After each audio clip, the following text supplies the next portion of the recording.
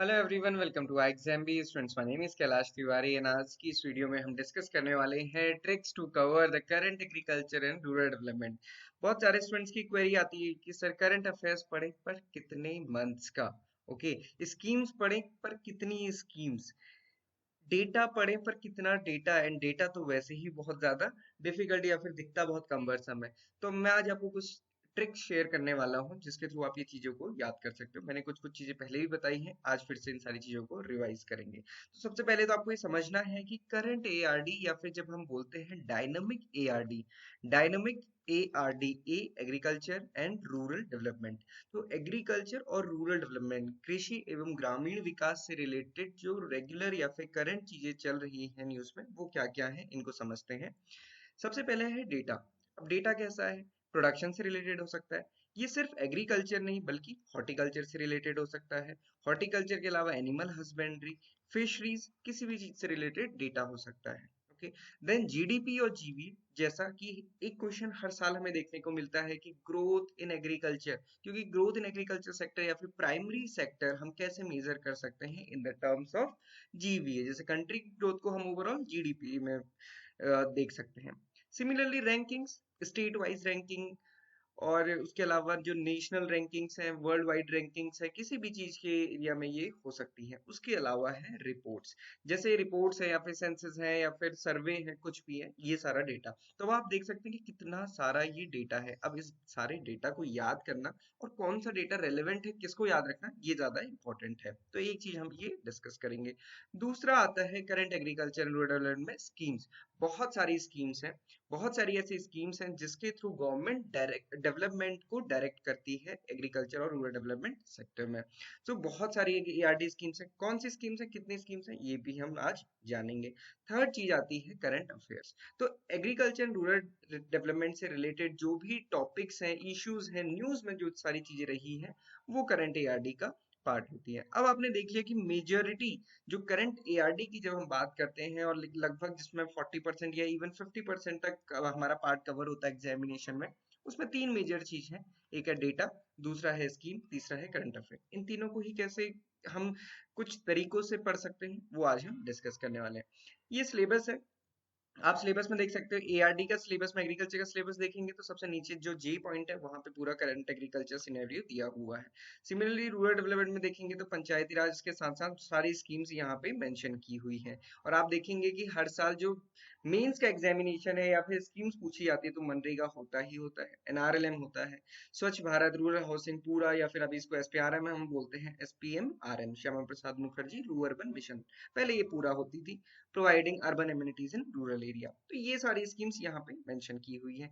अब इस पार्ट को हम कवर करेंगे। तो अभी हमने क्या देखा, पहले तो कि करंट एआरडी में आता क्या है, और यही चीज आप देखेंगे तो यही चीज यहाँ पे भी मेंशन की हुई है।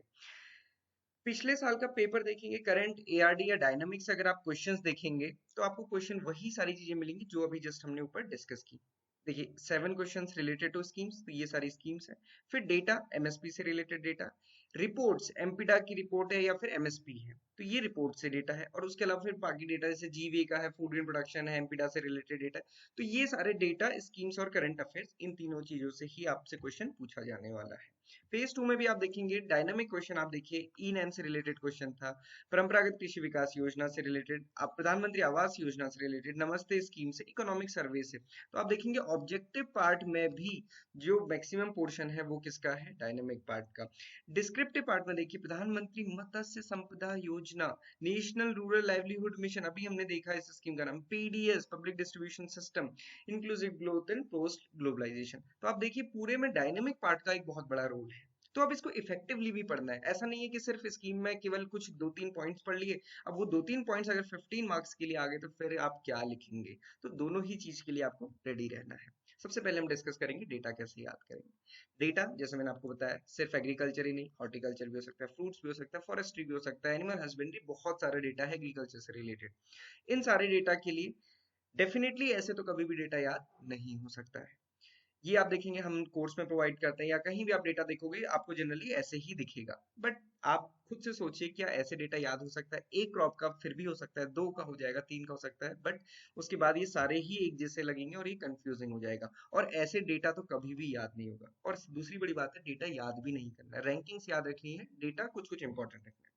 तो इन चीज के लिए मैं आपको हमेशा बताता हूँ, और हम अपने टेलीग्राम चैनल में भी, यूट्यूब चैनल में भी चीजें शेयर करते हैं इन्फोग्राफिक्स के थ्रू।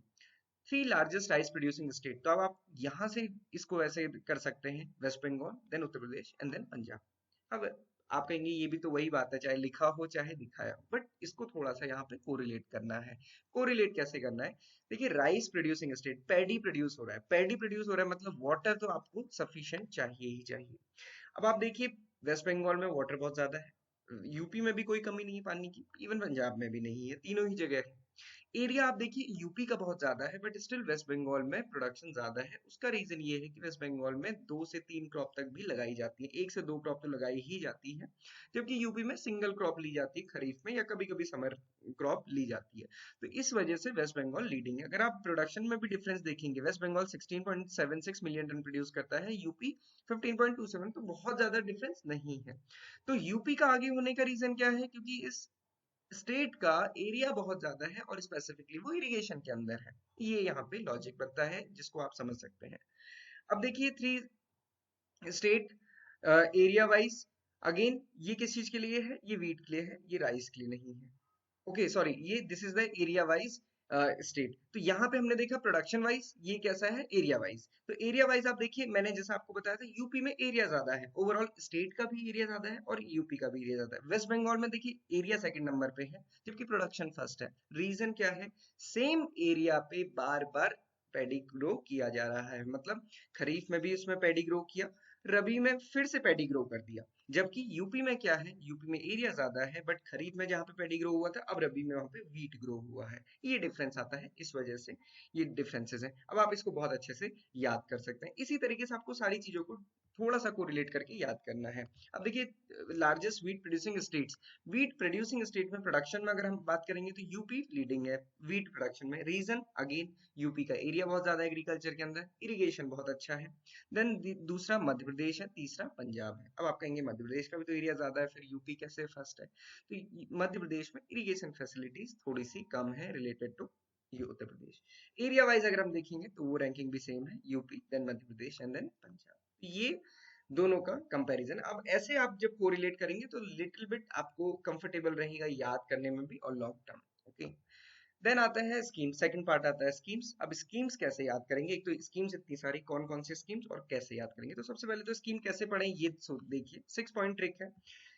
सबसे पहले किस मिनिस्ट्री की है, किस डिपार्टमेंट की है, इंपॉर्टेंट है। कब कहा किसने लॉन्च की, budgetary allocation, time period of scheme या फिर टारगेट ईयर। जैसे आपने देखा नाबार्ड में हमेशा क्वेश्चन पूछा जाता है कि ये जो स्कीम है इसका टारगेट ईयर क्या है, मतलब कोई अगर स्कीम 5 साल के लिए है तो उसका लास्ट ईयर कौन सा होगा। एम एंड ऑब्जेक्टिव क्या है स्कीम की, टैगलाइन या फिर कंपोनेंट क्या है। तो ये पॉइंट है कि होता क्या है, कई बार आप मान लीजिए पीएम किसान की वेबसाइट को आपने विजिट किया, आपको बहुत सारी चीजें मिली, एम एंड ऑब्जेक्टिव मिल गया, बहुत सारी चीजें मिल गई, बट कुछ ऐसे पॉइंट रह जाते हैं जो आपको एग्जामिनेशन में दिखते हैं, फिर आप सोचते हैं कि मैंने पढ़ा तो था बट ये मेरे से आंसर नहीं हुआ। तो इसलिए कम से कम जहां से भी स्कीम को पढ़े कुछ क्वेश्चंस अपने माइंड में रखिए और हर स्कीम में वो क्वेश्चन पूछिए। कई बार क्या होता है, मैं जस्ट आपको एग्जांपल बताता हूँ, ये क्वेश्चन क्योंकि 2 बार पूछा गया है। गोवर्धन, एक बार इसमें पूछा गया कि आर स्टैंड फॉर, ओके, तो galvanising organic bio agro resources, तो ये किस चीज के लिए है? रिसोर्सेज के लिए, रिसोर्सेज धन। तो इस टाइप से एक्रोनिम पूछा जाता है, कई बार ये पूछा जाता है कि ये वर्ड किस चीज के लिए स्टैंड करता है। तो ये आपको तभी पता होगा जब आप बहुत अच्छे से इसको पढ़ते होंगे। साथ ही साथ ये पूछा जाता है कि किस मिनिस्ट्री का है। कई बार हमें ऐसी स्कीम्स लगती हैं कि वो किसी मिनिस्ट्री की होंगी बट वो दूसरी मिनिस्ट्री की होती है। जैसे एमकेएसपी, महिला किसान सशक्तिकरण परियोजना, महिला किसान, है ना, सशक्तिकरण परियोजना, किसान से लग रहा है कि एग्रीकल्चर, बट ये स्कीम है मिनिस्ट्री ऑफ रूरल डेवलपमेंट की। तो ये चीजें कुछ आपको ध्यान रखनी है। अब 6 पॉइंट में हर स्कीम को मेंशन कीजिए। हम अपने कोर्स में भी ऐसे प्रोवाइड करते हैं। पीएम किसान किस मिनिस्ट्री की है? Ministry of agriculture and farmer welfare. कब कहा किसने लॉन्च की थी? गोरखपुर से प्रधानमंत्री मोदी जी ने। टैगलाइन ऑब्जेक्टिव क्या है? टैगलाइन इसकी कुछ भी नहीं है। ऑब्जेक्टिव ये है to provide the income support to the farmers. Target क्या है? ईयरली टारगेट है और क्वार्टरली मतलब 4 मंथ इंटरवल में एक इंस्टॉलमेंट दी जाती है डीबीटी, और ये one of its kind world largest DBT scheme है। बजटरी एलोकेशन क्या है इस बार के लिए? 60,000 करोड़ रुपीस और 3 इंस्टॉलमेंट दी जाती है। अब आप पूछेंगे सर सबका बजटरी एलोकेशन याद करना है? तो नहीं, कुछ ही स्कीम जो हमारी फ्लैगशिप स्कीम या फिर हम कहते हैं एम्बिशियस स्कीम होती है गवर्नमेंट ऑफ इंडिया की, उन्हीं का आपको याद करना है। सिमिलरली प्रधानमंत्री मत्स्य संपदा योजना। अब ये है शॉर्टकट आपको सारी चीजें कवर करने का, बट इसके साथ साथ डिटेल भी पढ़नी है। जैसे लास्ट टाइम क्वेश्चन आया था 15 मार्क्स का, ये क्वेश्चन आया था कि ऑब्जेक्टिव्स। तो देखिए अगर ऑब्जेक्टिव्स को आपको आपने इन 3 पॉइंट में आपने याद किए हैं ना, तो आप इनके सब पॉइंट्स भी बना लेंगे।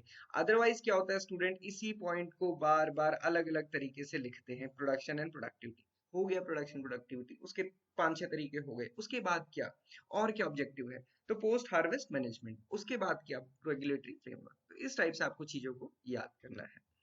देन थर्ड चीज आती है करंट अफेयर्स। करंट अफेयर्स कहाँ से पढ़े? अब आप देखेंगे करंट अफेयर्स के लिए हम सोर्स बोलते हैं पीआईबी, है ना, press information bureau of government of India. तो यहाँ पे आप देखेंगे मिनिस्ट्री ऑफ एग्रीकल्चर का ही मैंने जस्ट पीआईबी ओपन किया है। अगस्त के महीने में इतनी सारी न्यूज हैं, उस न्यूज में भी एक न्यूज को अगर आप खोलेंगे तो इतना बड़ा है। कैसे कंटेंट ये याद हुआ, इसमें कितना सारा डेटा है, कैसे कैसे चीजों में। तो इम्पोर्टेंट क्या है? सबसे पहले तो होता है पीवाईपी, है ना, प्रीवियस ईयर पेपर देख के आपको चीजें समझ आती हैं। उसके बाद क्या है, चीजों को किस किस मिनिस्ट्री से कवर करना है और कैसे कवर करना है। मिनिस्ट्री कौन सी कवर करनी है? तो ये ministry of agriculture, consumer affairs, environment, fisheries, food processing, जल शक्ति, एमएसएमई, पंचायती राज, रूरल डेवलपमेंट, स्किल डेवलपमेंट। इसका आप स्क्रीनशॉट ले सकते हैं, इसका पीडीएफ भी मिल जाएगा तो आप डाउनलोड कर सकते हैं। मैं यहाँ पे बहुत ज्यादा एक्सप्लेन नहीं कर रहा हूँ क्योंकि जस्ट मिनिस्ट्री यहाँ पे लिखी हुई है। अब इनको कवर कैसे करना है और हम कैसे आपकी हेल्प करते हैं? तो बेसिकली हम इन्फोग्राफिक्स के थ्रू ही, और ये कोर्स में भी हम इन्फोग्राफिक्स के थ्रू भी प्रोवाइड करते हैं और सारी कंटेंट अलग से भी प्रोवाइड होता है। तो भू विजन कृषि रास्ता सॉइल टेस्टिंग सिस्टम, अभी आपने देखा होगा हिमानी मैम ने इस पे वीडियो भी बनाया था। सिमिलरली राजस्थान गवर्नमेंट ने अप्रूव किया 700 करोड़ इरिगेशन इंफ्रास्ट्रक्चर अपग्रेड। तो इस टाइप से आप इन चीजों को कवर कर सकते हैं। तो कहने का मतलब क्या है, एक जो बड़ा पीआईबी है उसकी जिस्ट, उसकी जो समरी है, समरी और समरी में से भी 1 या 2 पॉइंट। अब आप कहेंगे कि सर ये इतने से क्या होगा, तो आप मुझे बताइए क्या आपसे ये याद हो जाएगा इतना पूरा? तो हमें हमेशा ये देखना है, ज्यादा से ज्यादा पढ़ने की अप्रोच हमें रखनी है, बट पहले हमें देखना है कि कुछ ना कुछ तो हमें रेगुलरली डाइवर्स चीजें पता चलती रहे, तो उसके लिए ये अप्रोच रहती है। ये कुछ क्वेश्चन है जो लास्ट ईयर 2022 में पूछे गए थे, ये मैं आपके लिए छोड़ता हूँ। आप जस्ट इनको गो थ्रू कीजिए और देखिए कि जो ऊपर चीजें हमने डिस्कस की क्या उनसे ये सारी चीजें कवर होती है या फिर नहीं होती है। Okay, so this is all for today. इसके अलावा आप हमारे किसी भी कोर्स को ले सकते हैं। अभी 46% ऑफ चल रहा है फॉर द राखी और रक्षाबंधन त्योहार है। आप सभी इसको बहुत अच्छे से मनाएं ना, और अपनी चीजें भी सिक्योर करते हुए चलें, फ्यूचर की जो स्पेशल बात है। Similarly previous year paper mock test आपको हमारी वेबसाइट पर फ्री मिल जाएंगे, आप उन्हें अटेम्प्ट कर सकते हैं। This is all for today. Thank you for watching this video and have a very great day.